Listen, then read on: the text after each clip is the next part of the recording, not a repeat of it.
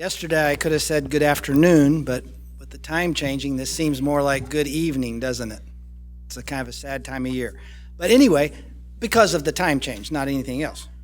But welcome to the University of Washington, Tacoma. We're so happy to have you here tonight. I'm Mark Pagano, and I get the privilege of serving as Chancellor of the University of Washington, Tacoma. And I wanted to tell you, first of all, that I've been here for almost 5 years now, and I love my new state. I think Washington has some really awesome stuff. I think it has the best mountain in the whole United States, maybe in the world, yes. I know it has the best medium-sized public urban serving institution in the entire country. That's a fact.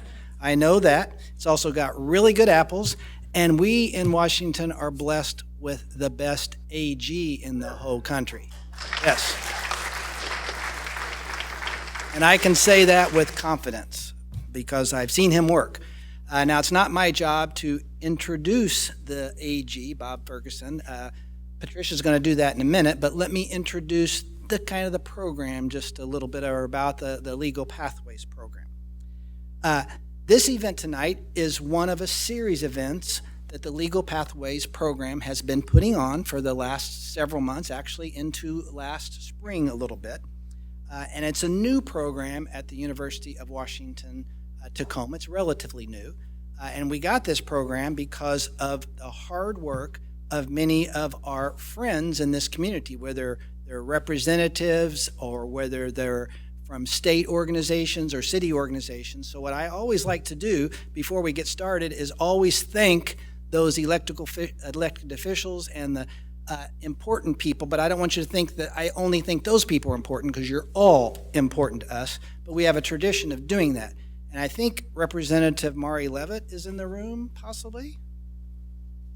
Maybe not, but we were expecting her. We were also expecting Catherine Ushka from the Tacoma City Council. I don't see Catherine either.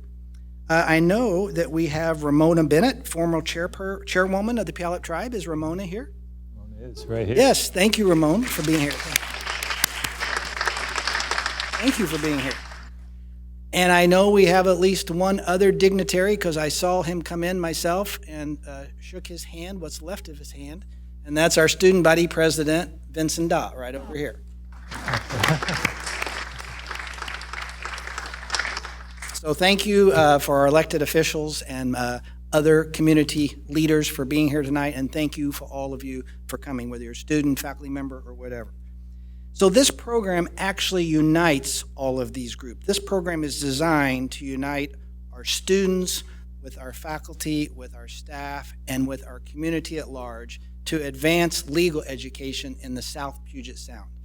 In the South Puget Sound, we have a little bit of desert of legal education, if you think of legal education as only being a law school, but this new program gives us the ability and the privilege of expanding that to all the majors in our campus.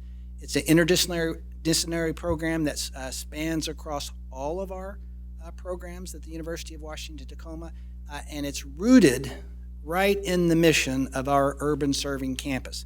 And if you ever wonder, I don't have time to explain it to you now, but if you ever wonder about the mission of our urban serving campus, right up there on the wall. Those are our 6 impact goals behind you. It's rooted in students, in our communities, in the scholarship our faculty do, the impact we have on equity for those coming in and the equity across the world, the culture of our campus, and the growth that we have here in the South Puget Sound. So this program is right at the heart of that. So it brings together first-generation students, students of color, and it expands the pipeline for students in this community who want to go into legal careers. And I know we have some upcoming programs that are going to highlight some of those students very quickly. So without further ado, let me say one more thing. I need to thank the state legislature, because a year and a half ago, they actually funded this program on our behalf, not because we asked for it as the UW, but because our community members around here helped us go directly to our state legislature and ask for this program, and they had the foresight to fund it as a proviso, meaning it can't be taken away and given to another institution or to another program at UW-Tacoma. It's for this program on this campus at this time and from and going forward. So thank you to the state for funding that, and we want to be very good stewards of that. And speaking of funding, we also have several friends of the program that are help us, because the state funding is great, but it's modest. So we also have other friends of the program who help us fund events like this. So I wanted to thank you to Gordon Thomas Honeywell for funding some of these programs as well. So now let me welcome or introduce to you the new director of this Legal Pathways program. Once we got the funding and the program established, the first thing we had to do was search for and find the best Legal Pathways director in the country. I think that is a fair statement, because I don't think there's very many of those yet. No, but we love Patricia. She's our new Legal Pathways director, and she's going to come up here and tell us a little bit about tonight and a little bit about our speaker. Patricia.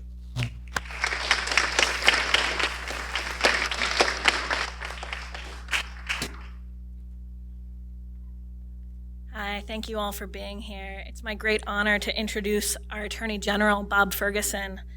Bob Ferguson is Washington State's 18th Attorney General.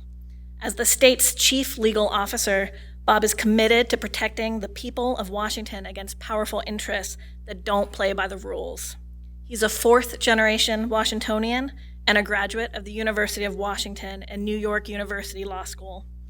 As Attorney General, Bob Ferguson has, among many other things, successfully blocked President Trump's first executive order barring travel from 7 Muslim-majority nations, formed the Wing Luke Civil Rights Division, the first office within the Attorney General's office dedicated to protecting the civil rights of everyone in Washington, and created the Office of Military and Veteran Legal Assistance within the Attorney General's office to help current and former service members find pro bono legal assistance.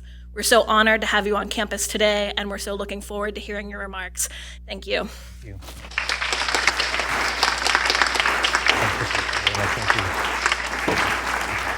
Thank you. Thank you so much, Patricia and Chancellor. Please give them both a big round of applause for all the work they do on behalf of our community. It's great to be here. So first, my volume's good, I trust. Let me know if that's not the problem, but it sounds good, fantastic. So first, thanks all of you for being here, really appreciate it. And it's great to be on a UW campus. And I was student body president at the UW back well before you were born, I'm pretty confident. But so you may have a long political career ahead of you. But that was actually, in many respects, my first introduction to the state legislature, for example, was as student body president, you of course lobby the state legislature on tuition issues, that type of thing. So really was my first introduction to politics was, in many respects, in terms of elected officials and meeting with them, was my time as student body president. So good luck with that. Thanks again for being here. My parents are both graduates of the UW, and so my kids, I tell people all the time, my kids can go to whatever college they want. I'm just going to send the tuition bill to the University of Washington. So it's entirely up to them, of course, but that's where the tuition's going. So we have hopefully future Huskies as well. And so what I'm going to do is chat a little bit about work we do in our office on the national level with the current administration. I'm going to highlight, I think, 3 cases. I have some slides. I'm going to talk about a case that's over, a case we're in the middle of, that's going to be before the Supreme Court in a week or two, the U.S. Supreme Court, and another case that we're in the early stages of. Just give you a sense of a few cases. I'm going to leave plenty of time for questions at the end, so if you have questions, feel free to ask about the cases I bring up, or if you've got other questions about cases we're litigating with the administration, feel free to ask about those as well. So I'm just going to go through these. I'll be kind of moving through it pretty quick if that's okay. And let's see here we go. So first, just so you know the AG's office, kind of who we are, what we do, just give you a sense of it. Obviously our work against the administration is high profile. It gets a lot of attention. It's very important, but it is truly a small fraction of the work that we do. So we have more than 1,000 employees in the AG's office, more than 600 attorneys, 700 professional staff. We have 13 offices all around the state of Washington, including one here in Tacoma, just down the street, right next to the old spaghetti factory. So we have offices all around the state. And the work we do, think of our work kind of in 2 buckets. The biggest bucket is we're the law firm for the state of Washington. So we are the law firm for every state board, commission, agency, of which there's a couple hundred, right? Some are big, Department of Ecology, Department of Corrections. We're the law firm for those state clients. We give them legal advice, just like any lawyer would give advice to any of you on any matters you have, personal or professional. You decide what to do, the lawyer gives you options. That's our relationship with all those boards, commissions, agencies, the legislature, the governor. The other part of our work, which is smaller in terms of people, although still significant, but tends to be, when you read about the office, what you read about is what we call our affirmative litigation, work we do directly on behalf of the people of the state of Washington. So think areas like consumer protection, civil rights, environmental enforcement, criminal justice, antitrust work. If we're filing a lawsuit against Comcast, which we did recently on a consumer protection case, or opioids, huge issue. We have a lot of litigation against Purdue Pharmaceutical and big companies related to opioids distribution. Those are my decisions to make. I'm filing those on behalf of the people of the state of Washington. So it's not a state agency head who makes that decision or the governor. That's the attorney general, because the client in all those cases, frankly, are all of you and the people of the state of Washington. So the cases I'm talking about are in that second bucket, right? Challenging the administration, that's on behalf of the people of the state of Washington. Those are my decisions to make. Obviously, if I'm going to file a lawsuit against the president, I give Governor Inslee heads up so he doesn't just read about it in the newspaper and he's surprised. But candidly, those are my decisions to make, right? And that's how it works. So we have so far filed 50 lawsuits against the administration. So I'm going to talk about 3 of those cases, but just to give you a snapshot, a sense of scale, we filed 50. Not well known, but more than half those cases are all related to the environment. Think issues like rollback of the Endangered Species Act, for example, is an example of litigation. Rolling back fuel efficiency standards that have been put in place. Huge impacts for climate, for the environment. Those are examples of those 26 environmental cases that we have filed. This just gives you a sense of the different kinds of cases that we have, everything from net neutrality to a couple of the cases I'll talk about. One case I won't get into, but it's worth pointing out, is it's not a case we have filed against the administration, but it's one we're involved in. What it is a group of Republican attorneys general not too long ago filed a lawsuit challenging the legality of Obamacare. You recall there was a case went all the way to the Supreme Court back in 2016 maybe, I may be off by a year, in which the Supreme Court upheld Obamacare. There's a new challenge to it. When that was filed in federal district court in Texas by Republican AGs, the U.S. Department of Justice, on behalf of the administration, went into court and said, we, the federal government, are not going to defend that federal law, which is interesting. That's kind of their job, to defend federal law. It's like I defend state law. If there's a legal challenge to the state, that's my job, whether I like the law or not. That's what we do. They chose not to defend it. Washington and some other states went to that federal judge and said, whoa, wait a second. We're dramatically impacted if Obamacare is declared unconstitutional. Let us come in and defend it if the administration won't. And the federal judge allowed that. So we were allowed to intervene in that case. So literally Obamacare is being defended by states like Washington, California, New York, and other states with Democratic attorneys general. So not a lawsuit where we're challenging the administration, we're actually doing their job of defending a federal law, in that case, Obamacare. So that gives you a sense. So far our record in these cases isn't too bad. We have 24 decisions in those cases where a federal judge has ruled, hey, we either won or we lost, right? And so the Seahawks, not bad, 7-2, right? We're a little better, we're 24-0. So we haven't lost a case. We haven't lost a case yet, so not bad. And so just to be clear, this gives you a context of what they're in, the types of cases. I think 13 of those 24, it might be 14 now, the cases are over. There's no more appeals, in other words, right? They're done. The question about asking the citizenship question on the census, for example, we won that at the Supreme Court, the case is over. So 13 or 14 are done. The other, someone help me with the math, 7, 8, 9, whatever that remaining number is, those are still active. In other words, we could still lose those cases, right, as those cases go higher up. One of the cases I'll talk about is about to go before the U.S. Supreme Court and is an example of a case that could go the other way. So about 13 of those 24 are done. The other 11 are still active, but we have not lost one yet. So that literally means no federal judge or court of appeals has ruled against us so far in any of our cases, on the substance of our cases where they make a decision. You know, I'm happy to take questions on this. I'm always asked, well, how do you win 24 straight cases? How does that even happen? Feel free to ask. There's no short answer. A few examples, you know, number one, the team in my office is fantastic. These are folks who are very talented people. They could all make a lot of money working for a private law firm and having a nice big corner office and making many times what we can afford to pay them. They make $80,000 a year, $90,000 a year, if they're lucky, $100,000 a year, and they could make many, many times that as a partner in any private law firm in this state, I can assure you. So the team is very good at what they do, to put it mildly. You know, also in a courtroom, it's a level playing field in a courtroom, right? If you have a good advocate, and my team is good, if you have a good advocate, it's a level playing field. You cannot tweet your way out of a problem in a courtroom. It's not the loudest voice that prevails in a courtroom, right? In fact, if you're shouting in a courtroom, it's working against you, okay? All a federal judge cares about, believe me, whether that's a judge who's considered conservative or a judge who's considered liberal or right down the middle, all they care about, facts to your case, the law, and the Constitution. That's the focus. And I think that is a reason why we've been successful. And lastly, candidly, the administration, when they roll out these executive orders at the pace they do it, they're kind of, I don't know a better word, they're sloppy in the way they do it. There are times they issue an executive order where my legal team and I say, we're not sure they had lawyers look at this before they rolled it out. I just mean that as a statement of fact. Now, sometimes it's clear lawyers really looked at it on some of them, right? But there are a number of times where we literally wonder, did they have a lawyer look at it? Well, if you don't have a lawyer look at an executive order, you're gonna have some problems when there's a legal challenge that comes to bear on it. Now, there are other reasons as well. Happy to chat about those if you're curious, but those are a few that come to mind of why we've been successful. I'm going to talk about 3 cases. I'm going to move through them quickly. The cases are all complicated as all get out, okay? So I'm going to oversimplify in the extreme, but feel free to ask follow-up questions about any of them. Talk about the first case we filed, which sort of set the stage for a lot of litigation. By the way, if you told me we were the first state to challenge the president on the first travel ban a couple weeks into his administration, if you told me then, I guess that's now close to 3 years ago, that we would file 49 more lawsuits against the administration, I can assure you I would have laughed. And I would have bet everything I own that would not possibly happen.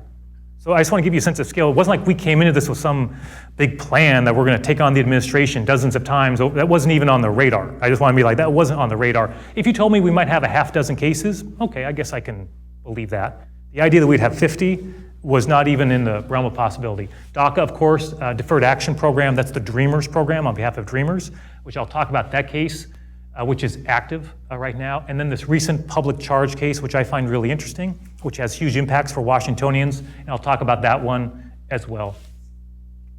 So Executive Order 13769, that's the first Muslim travel ban. As you probably recall, that's the president signing it into law. As you know, it restricted travel for individuals from 7 Muslim-majority countries.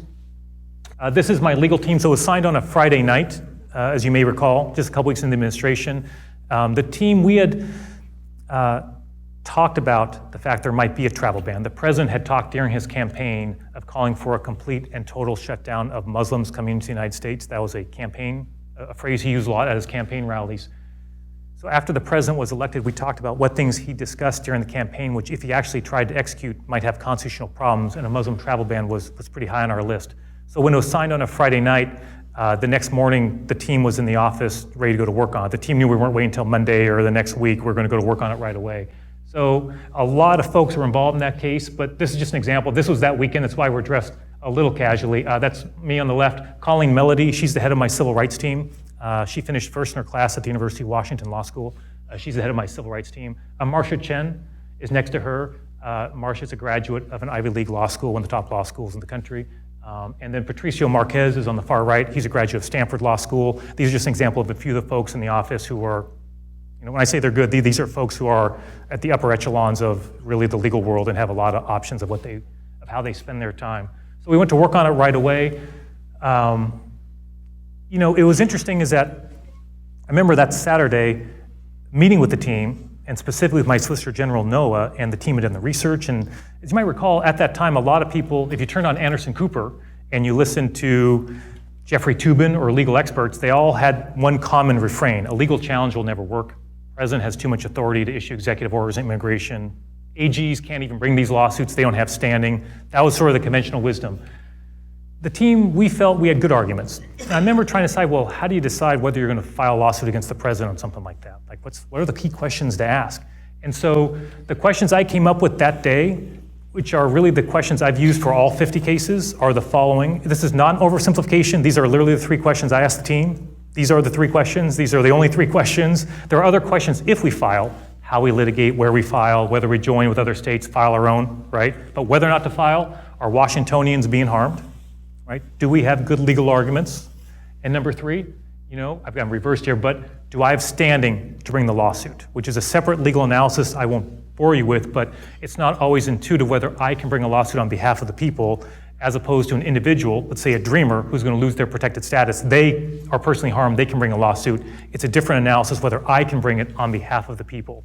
So are Washingtonians harmed? Do we have good legal arguments? Do I have standing to bring the lawsuit? Those are really the three questions I ask the team. If it's yes, yes, and yes, we file the lawsuit. If there's a no in there often is a no, we do not file it. And my job is to be very, very disciplined about that. And there are often other interesting questions, but I've decided these are the three questions that really drive my decision-making process. And the team obviously knows that. People often like to ask me, when I say, do we have good legal arguments, they often like to say, well, how good do they have to be, right? So what I can tell you is in at least half the cases, the team, I always ask, what are our odds of winning the case? I'd say in at least half the cases, the team said less than 50-50. I will not tell you how low I go and still file the lawsuit. So I'm just going to preemptively just tell you don't ask that question because I'm not saying, but it's well under 50%. But as long as we feel we have good arguments, right? We feel we can make this case before a federal judge, that's what we do. So there's a lot that could be said about the travel ban. I won't get into that. We filed it Monday. So travel ban signed Friday. We work all weekend. We file it Monday. Because the travel ban went into effect immediately, as you recall. So literally there were people being turned away. We had students at our colleges and universities. In fact, I think it was a UW student who filed a declaration. They were overseas, I think maybe at a conference, and could not come back to the United States because of the travel ban. So someone who's here legally, going to our universities and colleges, happens to be from one of the 7 Muslim majority countries, could not come back to Washington State, right, because of the travel ban. So there's many things to talk about the travel ban. One thing I just want to emphasize is that what the government argued was not simply, what the president argued, was not simply that the president has a law of authority to issue an executive order on immigration, which he does. He's the president, he's got a lot of power, elections have consequences, he's got a lot of authority. What they actually argued was that the temporary restraining order, we were asking to put a stop to the travel ban, contravenes the considered judgment of Congress that the president should have the unreviewable authority to suspend the admission of any class of aliens. In other words, the president argued, hey, federal courts, you can't look at the reasoning behind this executive order. You can't do it. It's unreviewable by the president. Unreviewable as in you federal judges can't say whether there is a discriminatory animus against Muslims in executing the executive order, for example. Can't look at it. That's breathtaking, right? We're a democracy, right? We have separate independent branches. We have an independent judiciary. We don't have a king, right? Even in times of war, presidents have had their executive orders examined by the courts, right? But their argument was literally, no federal judges, you can't do it. And it was important that we won this case for a lot of reasons. One, because of the people impacted by it, but also because there was a direct challenge to what the courts could literally review. There was a constitutional law book being used. A UW law student texted me over the introduction. It's like a 4-page introduction. It's a new book on the constitutional law, and the introduction is set downtown Seattle in Judge Robart's courtroom when he ruled against this argument and ruled in our favor. That's the introduction to a constitutional law textbook. So the case was important also for what are the limits of presidential power? Are there limits? What are those limits? So all these cases go to huge impacts on people or our environment, but also to the rule of law, limits of presidential authority. Those are all underlying themes, values we have, I think, as a people, which I'll talk about. I've come to recognize are really underlying themes in all these cases as well. So this was just after we won before Judge Robart. Judge Robart granted our request to put a stop to the executive order. It was a week after it was executed. So we went to the court, and Judge Robart, by the way, appointed by a Republican president, no one's idea of some liberal judge in Washington State, right? Tough judge, but a fair judge, ruled our way. Just for the record, the guy with the "I'm with Bob" sign is not a state employee. Just want to make sure that's clear. But there was like massive interest in the whole thing. I probably shouldn't tell this story, but it's true. After I walked out from that, the things just went crazy, because the media, I think, just didn't realize this could really happen. Washington State, so the phone was ringing off the hook. It was like a little after 5 o'clock when we got out of there. And no one can get through the office, the media can't, because it's after 5 o'clock and on a Friday. And so I'm walking back to the office from there, my phone rings, it's my mom. My mom's in her late 80s, and she says, "Bob," she says, "how's it going?" And I said, "Well, it's going great." I said, "We just won this big case against the president." She said, "Well, that explains it." And I said, "Well, that explains what?" She said, "I just got a phone call from someone who works for Anderson Cooper. They want to talk to you." And so I don't know if Anderson Cooper staff thought I still live with my 88-year-old mother or not, but they did track me down. But that's a resourceful team tracking down my mom in the phone book to get me. So this is just after we won the travel ban. I went out to the airport to meet with an individual while I was there. This couple was there. He's from Iran, if I recall correctly, is a dentist. His wife is an American citizen. He was being reunited with her because the travel ban had not been able to come back to the United States. They have a daughter who's not in the picture, but an example of families that are being literally separated because of that travel ban. Moving on to the next case. This is June of 2015, and this is the president then as a candidate talking about getting rid of the Dreamers program, what we call the DACA program, the Dreamers program. Who are Dreamers? You probably have a pretty good sense of this. Dreamers are individuals who came to our country as children, right? There's certain criteria you have to be a Dreamer. You can see what some of those are. But the president created this program for these individuals who came to our country as children, have obviously been here for many years. They go to our schools, they work, they are in our military. You get the idea. They're every bit as American as my kids, Jack and Katie, who are 11 years old. I can assure you of that. And so he created this program where if you meet certain criteria, you can qualify to be a Dreamer, and then you have lawful status to be in the United States. That's what the program is. To give you a sense of scale, we have about 800,000 Dreamers across the country, about 18,000 Dreamers here in Washington State. Often when I speak on campuses, I was at Washington State University last week, and afterwards 2 Dreamers who were there came up to talk about the case. So Dreamers are on our campuses, they're all over our state, right? And so this is a critically important program, as you might imagine, for them. It's literally where they can live. So that program was created. Here are the numbers I just went through. So the program allows them to live here lawfully, open bank accounts, right? Live here in America in an open way. So on September 5th then, after the president was elected, this is September 5th of at least a year ago, maybe not 2 years ago, the president rescinded the program. So said, I'm going to eliminate the Dreamers program, which meant those Dreamers were now eligible for deportation. They no longer have lawful status, right? They came across the country as kids, right, unlawfully. The DACA program gave them legal status, right? When the president signed that, they no longer were here lawfully, so they're eligible for deportation, those 800,000 individuals. Yeah. How does a person that's not legal in the United States become eligible to work in the armed services? Well, because folks who are Dreamers are here lawfully, right? So we went through the armed services. It's okay to be not a citizen and be in the armed services. Well, there are many ways being in the armed forces, but with the Dreamers specifically, so the Dreamers are here lawfully. When you're a Dreamer, you have lawful status here, just like you, just like me. We're here lawfully. That's the program that was created that said, yes, you came across the border as a child illegally. We've set this program. If you meet this criteria, you are now a Dreamer and you have lawful status. So you can join the service. Absolutely, yeah, absolutely. So the administration rescinded DACA. That was a major event for those 800,000 individuals, as you might imagine. Now, as I recall, that was right around Labor Day. So I think I was, just some quick details on the decision. He was going to terminate the program 6 months from that date. So basically, Congress, you solve this in the next 6 months otherwise. So the March 5th came, obviously it's come and gone. Congress hasn't done anything on it. And they're not processing renewals. So this was signed just before Labor Day weekend. I'd had a long, let's see, this is Marcia Chen from my office, who you saw earlier. She drafted the complaint that was used. We co-led that litigation with New York and Massachusetts. Usually there's one state that leads on the litigation. This was a group of states given the complexity. Marcia Chen, though, took the role of being the primary author of the legislation. I had long scheduled a weekend with my kids and my wife at our cabin, which is off the grid and has no cell coverage. My wife said, we're going to the cabin.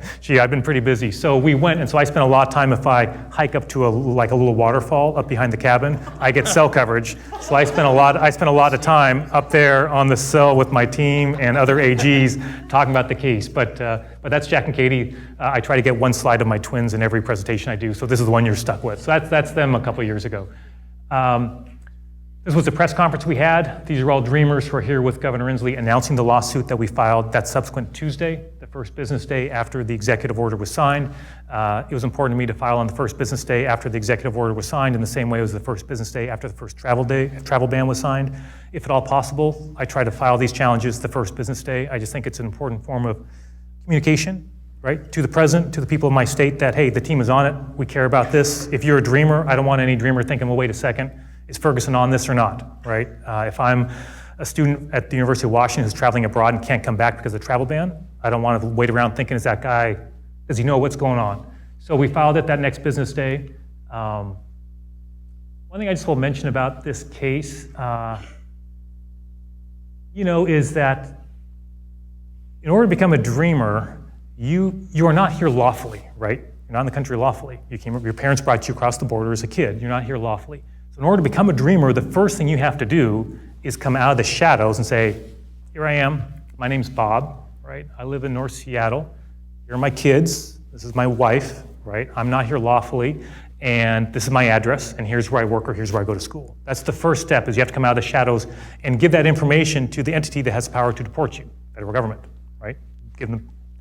In order to encourage dreamers to take that step, because there's no guarantee they'd meet the criteria, right? But in order to encourage people to do that, the federal government promised that if they provided that information to the federal government would never use the information to track them down and deport them, which is kind of a basic, you have to right? You can't really expect someone to come out of the shadows unless you make that promise.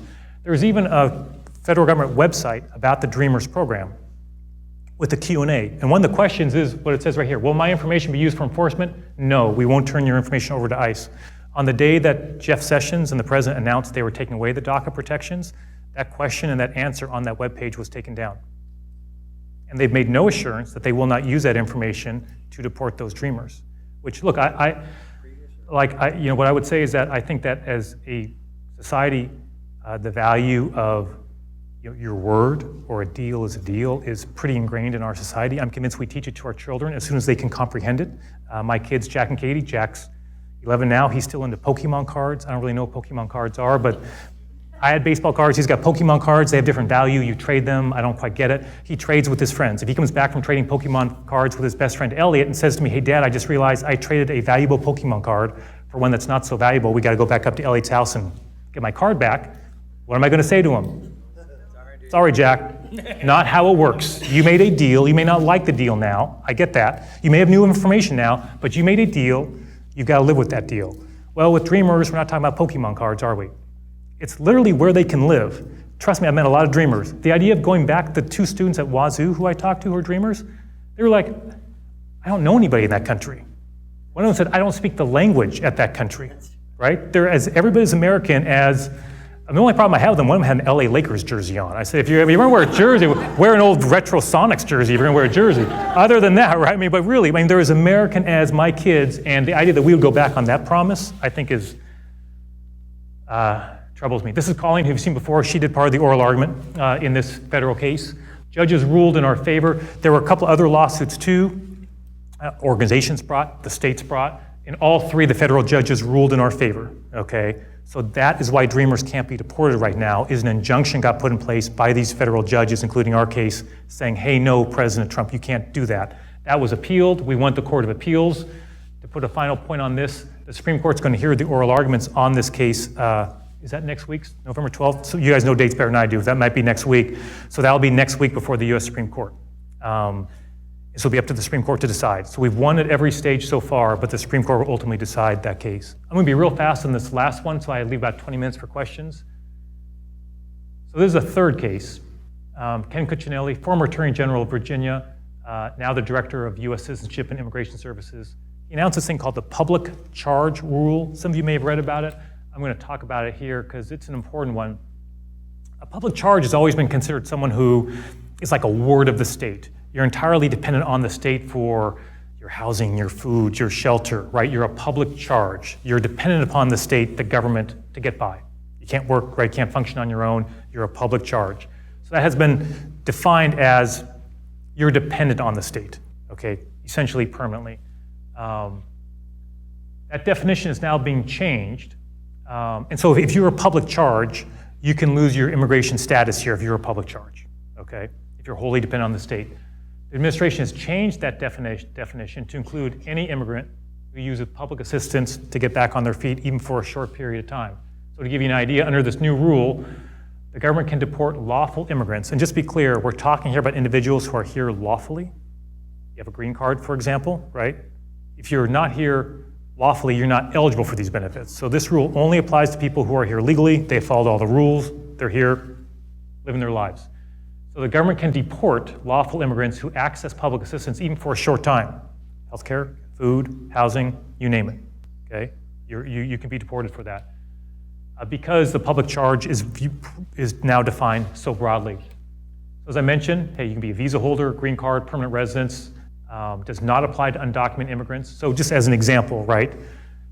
A family that has a US citizen mother applies for housing assistance for herself, her US citizen child, and her non-citizen husband who has a green card, right? That's the family unit, for example.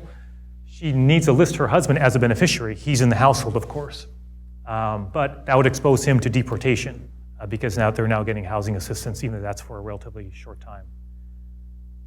So this has massive consequences for a lot of people in our state, to put it mildly. The rule is so broad that it doesn't just apply to people who receive those benefits. They can actually deport you if they believe you are likely to need that level of assistance for any period of time. That would make you eligible to lose your immigration status. So there's about 500,000 family members in our state, including immigrants and US citizen children, like the example I just gave, who currently use benefits. They now have a choice to make, right? Do you get that food assistance, or do you not, because you realize if you do that, your husband, in the example I gave, is now likely going to be deported because you got food assistance for a few months, or housing, which puts people in some very challenging decisions that they need to make, as you might imagine. More than 140,000 Washingtonians will lose health insurance, including, again, US citizen children, just as an example of that example I gave you earlier. So we filed a lawsuit challenging this. We filed this one in the Eastern District of Washington. There's two federal courts, Western District, Eastern District, as logical as it sounds, mountains down the middle. So we filed this one in the Eastern District of Washington. This is a multi-state coalition, like the first travel ban, like the Dreamers case. It's a whole group of states that filed it, a group of 14 states, I believe, on this one. I won't go in detail on the legal arguments, but happy to chat about that if you want. But we typically have arguments that say the administration is violating existing federal law, also constitutional claims as well sometimes. A reason, this Administrative Procedure Act, which the APA, which is every bit as boring as it sounds, it'll put any audience to sleep. It just basically says, the APA just simply requires the administration to explain what they're doing, to have a reason for it. It may not be a reason I agree with, or you agree with, or someone else agrees with, right? But you've got to explain what you're doing. You've got to show your work. It's a pretty low bar to meet. A reason we went over and over is because of violations of that. Yes? Oh, I'll get you at the end. Okay, great. So the federal law, I probably should have this slide earlier, allows immigrants to apply for benefits once they've been in the country for 5 years. Right? So just said with the criteria of who this is impacting. You've been here for a while, right? Now, of course, if you use that assistance, which you're legally entitled to that, right? You're legally entitled to it, you now jeopardize your chance of later renewing a visa or becoming a permanent resident. So on October 11th, we went asking for an injunctive relief to put a stop to that rule. Judge Peterson, the Eastern District, granted that relief. So the rule was blocked before it became effective. Just saying one thing I'll say about seeking temporary restraining orders, that's the bar is very high to get a restraining order in any context. If I'm filing a consumer protection case against a business saying they need to stop their conduct, that's asking a law of the judge, because what you're saying to the judge is, hey, before you have a chance to see a lot of briefs, before we have a chance to exchange all these documents, have months to think it over, we're asking you right now, within a week, to put a stop to whatever's happening, in this case, the public charge rule, until you can make a final decision months from now, okay? In order to meet that, the burden is very high. We have to show that we're likely to prevail on the merits of the case once the judge gets to that, right? We have to show a very serious harm to the state. The criteria is very high. Injunction's not easy to get. We have been successful in getting them over and over again, and we were in this case as well. So just last thing I'll say, hey, look, the law is a powerful tool. I have maybe one slide I'll leave at the very end, but it's, in many contexts, I talked about before, as long as you have a good advocate in the courtroom, and there are issues around that on access to justice, a lot of people do not have an effective advocate in the courtroom, which is another challenge we have in Washington and all across the country. But if you have that person in the courtroom who's an advocate for you, look, you can hold everybody accountable to the rule of law, powerful corporation or even the President of the United States. And so far the team's done a really good job of making sure we're focused on the law and our legal arguments and the facts of our cases. I think that's a key reason why we've been so successful. So I'm going to stop there and open up to any questions. I think I have one last slide if I remember. So yes, go right ahead, and I'll move around quickly. So go. Oh, there's a microphone. Microphone's over here. That's a good idea. Okay, great. We have a person right here who's got a question in the middle.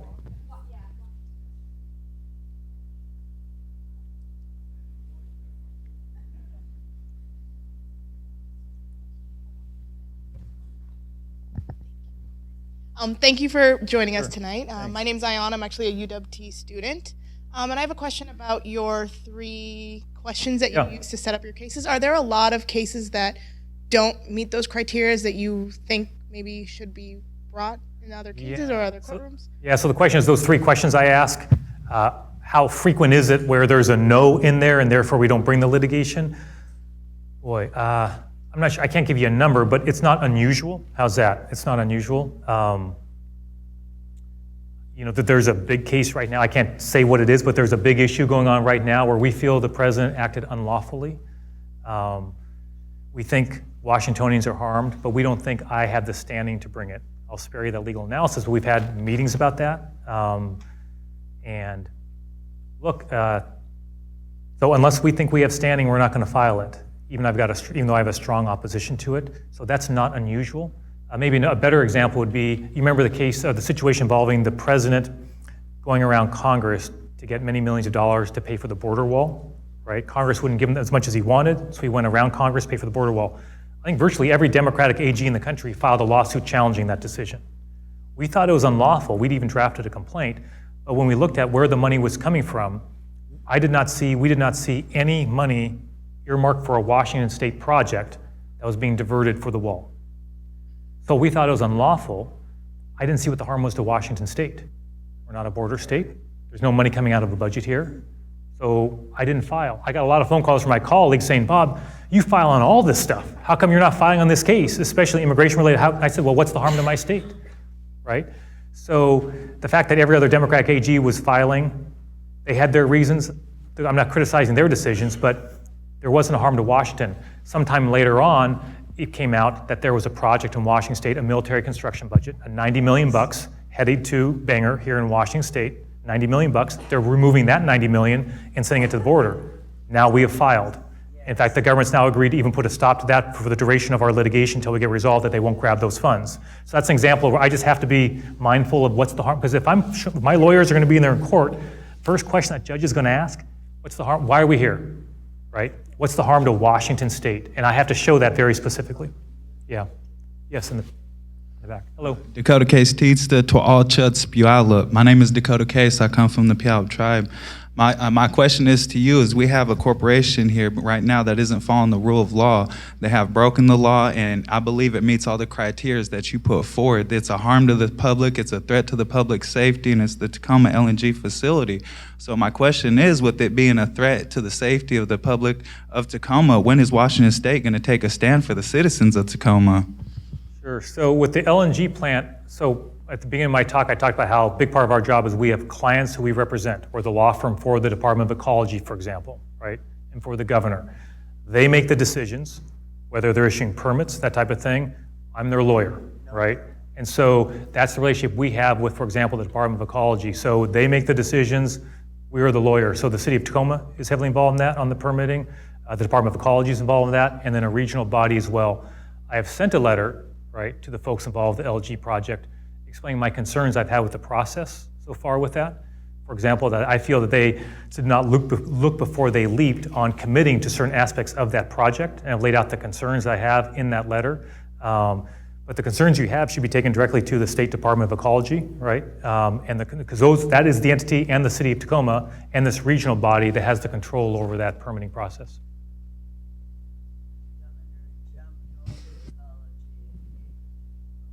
But Ramona, that's the governor's, he's my client, right? He's my client, right? So there are certain decisions in the state that are made by the client. The legislature, for example, the Department of Corrections, the Department of Ecology, right? Those are the decision makers, right? So in that area, that is their decisions to make. They're not mine. And I have to be respectful of that role. Now I can express my concerns, as I did in a letter to LNG saying, hey, these processes I have concerns about. My team has met with many individuals about this. I have concerns about LNG and entities not consulting with tribes, right, about this project beforehand. And Ramon and I would talk about, hey, better consultation from the state with tribes on many issues. This is an example where that, my understanding, clearly did not happen, which is a deep concern of mine. But in terms of the decision makers on that project, I'm not one of those decision makers on that project. But you represent the So salmon. It's devastating to the salmon. I hear that, Ramona, right? I hear that, right? So, but I have to be mindful of what's my role and what's not my role, right? There are certain things I can do, certain things I cannot do. And one key line is if I have clients who issue those permits, who make those decisions, right? That's their role under our legislative, our legal framework.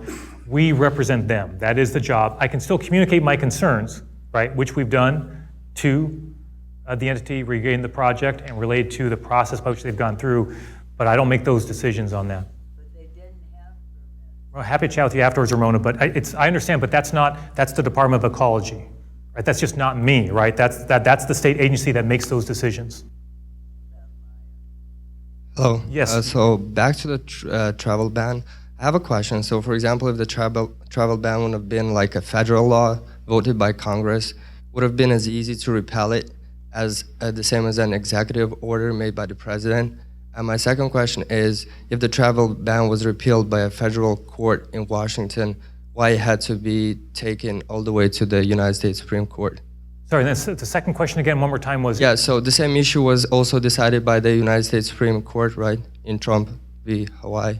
So it's the same issue like as in the, so why if it was repealed in Washington, right, why it had to be taken all the way up to the United States Supreme Court? So good question. So the travel ban can be, I'll take the second one first. The travel ban can be a little confusing because there were 3 different travel bans, basically, each one different. So the first travel ban is what we litigated.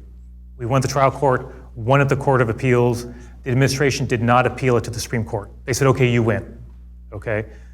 They had to send a check for our costs and fees in that case, for example, right? I won't tell you if that check is framed in my office or not. Okay, that's a state secret, but they had to send a check to the state of Washington, right? So that was, now the first travel ban was very broad. If you had a green card, you had a green card, it applied to you, okay? It was very, very broad. Second travel ban comes more narrow, did not include people with green cards, for example, other more narrow still. We filed a lawsuit challenging it, but Hawaii filed as well, and a judge in their case issued an injunction. So our judge did not rule in our case. The Hawaii case went to the Supreme Court. It was sort of a split decision at the US Supreme Court. Some parts were allowed, many parts were not allowed, okay? So the administration tried again. Third travel ban, more narrow still. Each time it's getting a little more narrow, a little more narrow. I still find it, I still don't agree with it, right? But it's a very different, third travel ban is very different than the first.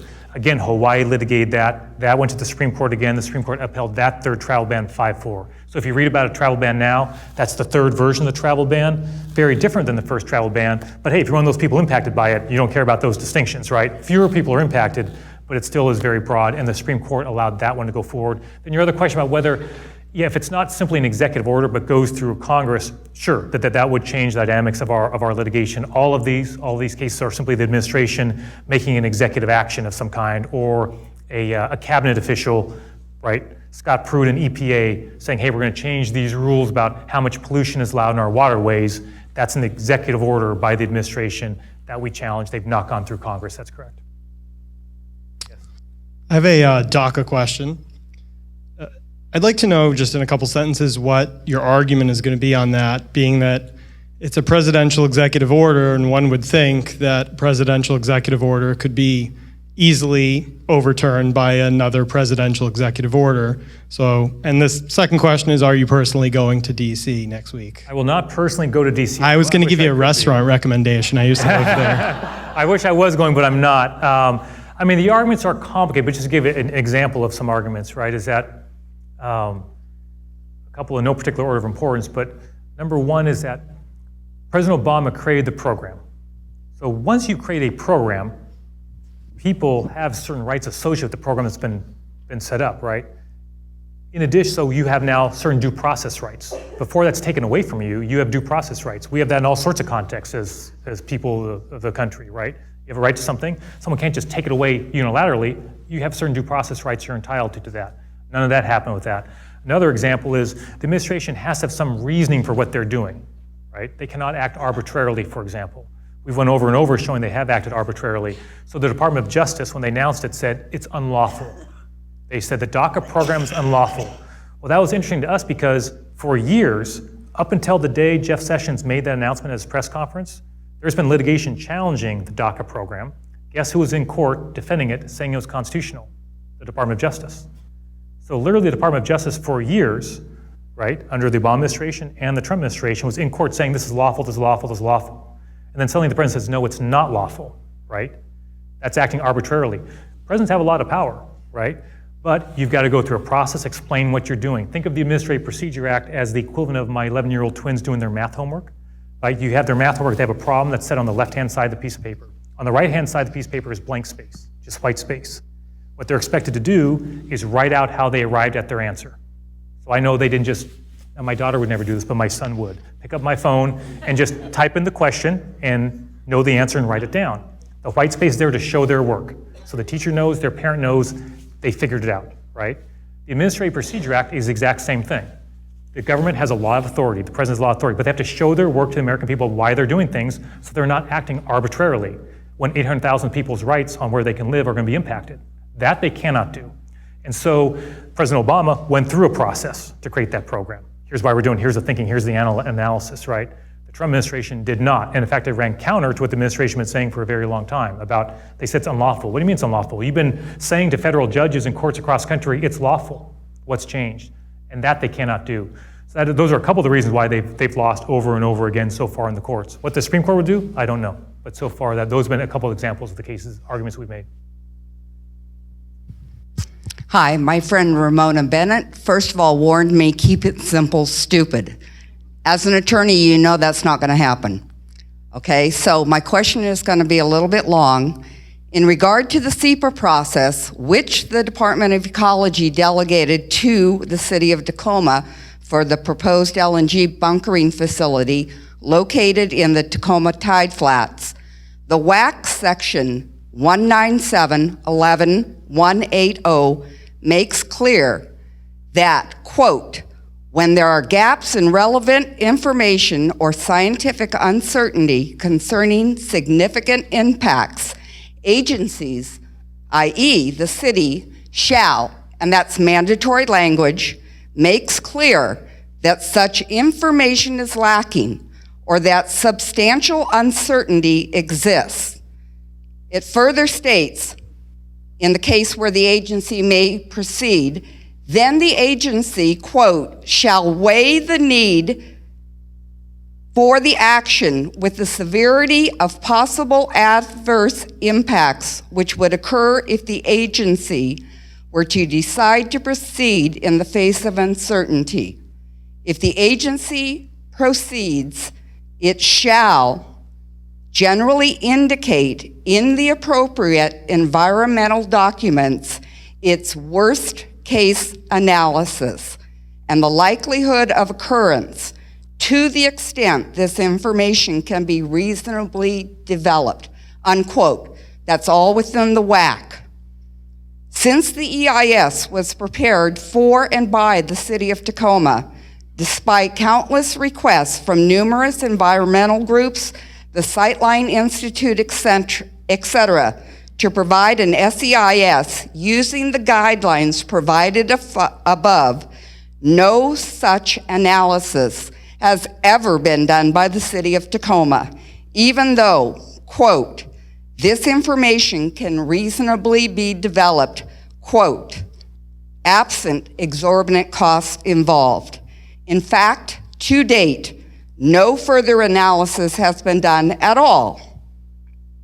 Rather, the city, as per WAC 197.11.100, relied, quote, upon applicants, in this case being Puget Sound Energy, to provide information as allowed, unquote, and is only now reviewing it to ensure that it meets legal standards rather than supplemental scientific information which has come to light. I understand that you act as attorney for the client, Department of Ecology. Department of Ecology delegated authority to City of Tacoma.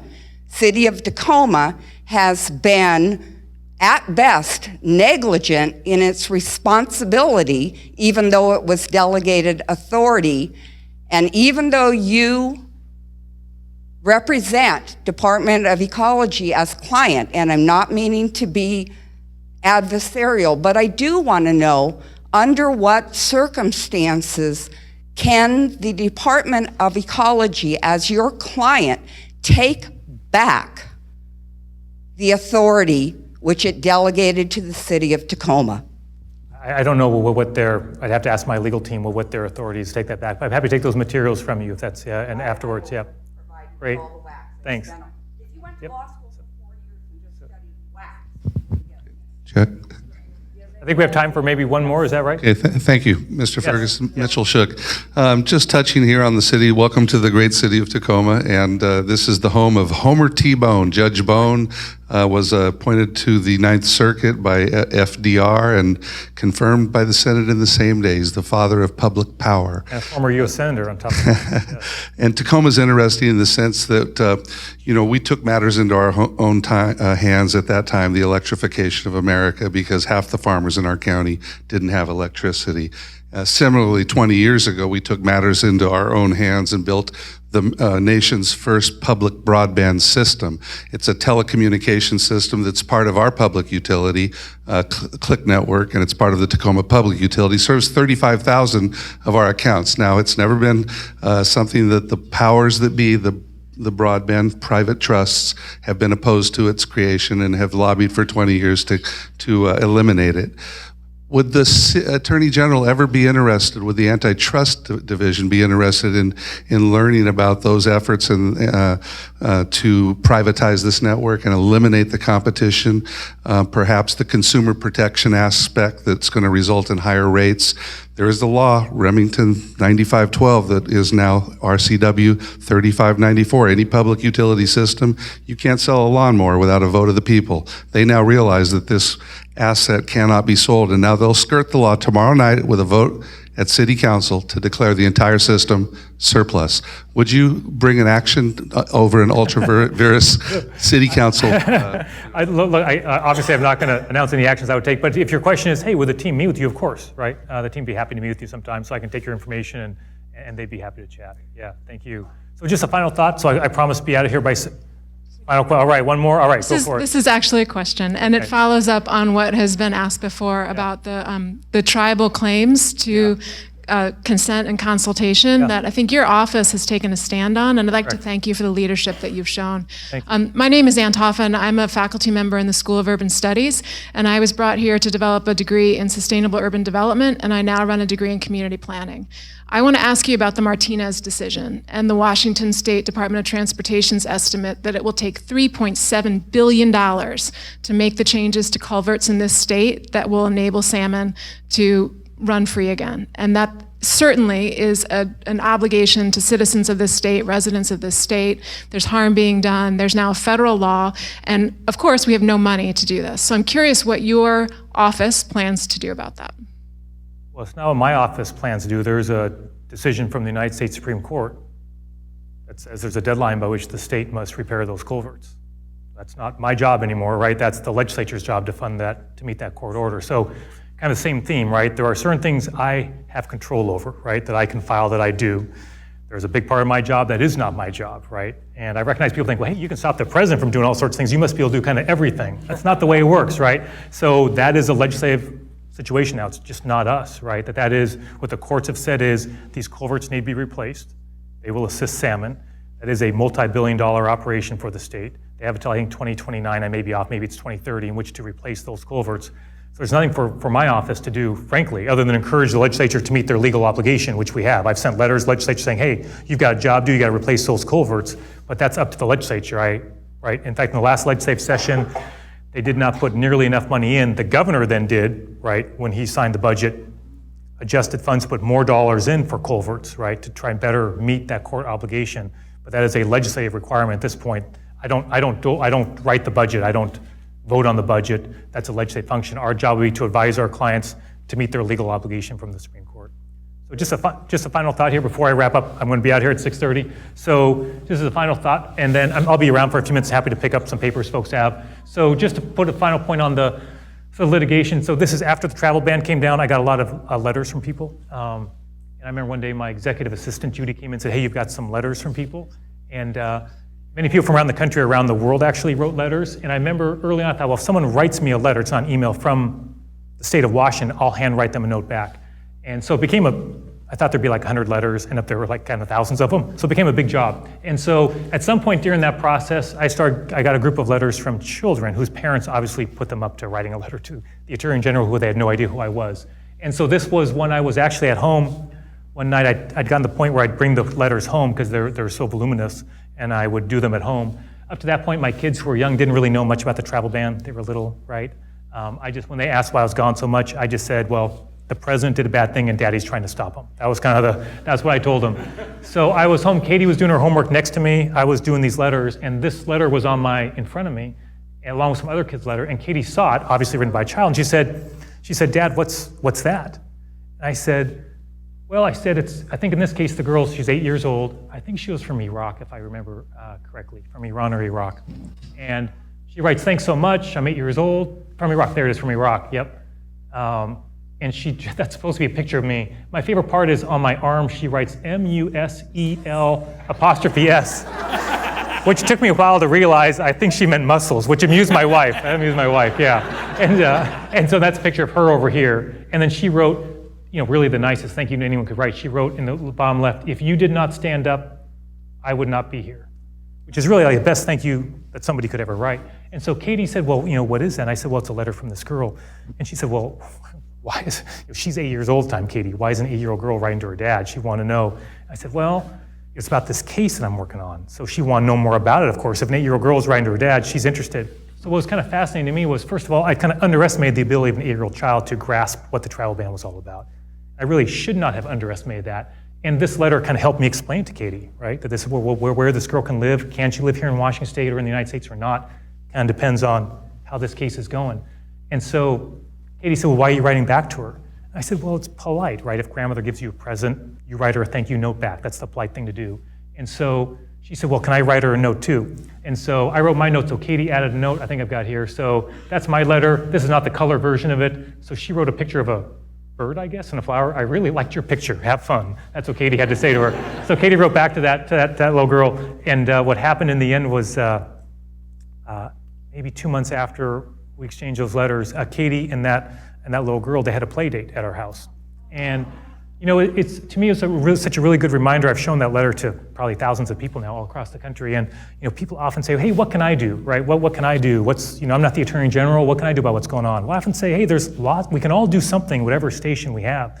That 8-year-old girl, right, that letter she hand wrote to me, literally thousands of people, thousands of law students across the country have seen that letter. I show it to every law school presentation I give, I show that letter, because it is an example of how powerful the law is, right? You can be an 8-year-old girl and understand, I may not get all the complexities, but heck, whether or not that judge goes for us or against us is whether or not we can stay here in this state or this country or not.